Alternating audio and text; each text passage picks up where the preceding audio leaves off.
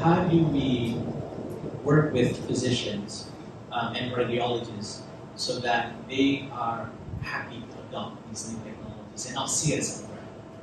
Because I think that's the last thing we want. We want the technology actually to supplement and make it easier for them, to help the patients. But sometimes physicians or radiologists can take a defensive stance on technology. Thank you.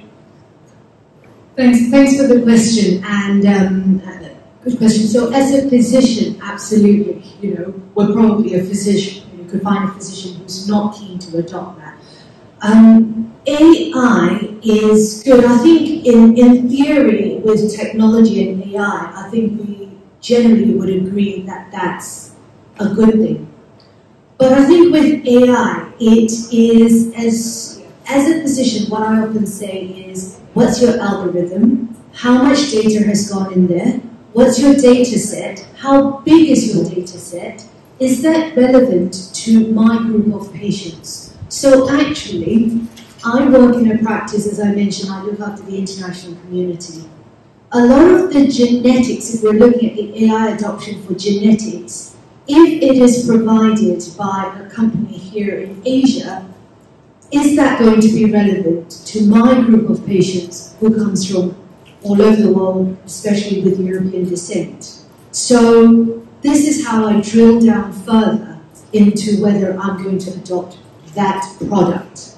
For example, there are 5 epigenetics tests currently available in the market. Okay, so how do I choose one of the 5? If I ran a local practice, I would adopt that test. That data set is coming more locally. Of course, as that data set gets bigger and bigger, then that becomes more relevant. So that's how I drill down to how I adopt. So I think a lot of physicians may say, and also the other reason why there's physician resistance is they don't want to be the first, just in case this doesn't take off and there is something negative that comes out of that. Many physicians are conservative and don't want to be the first, understandably, because I think, as one of our main tenets as a doctor is do no harm, right? So we'll wait for someone else to do it before we'll join the party. But as an early adopter, this is how I drill down. That's just one example. Thanks very much, Harry, for the question. I think it's a complex question. I answered in part for my choice is that it has to be practical, affordable, available, and I can master it easily. It's intuitive. I think that also,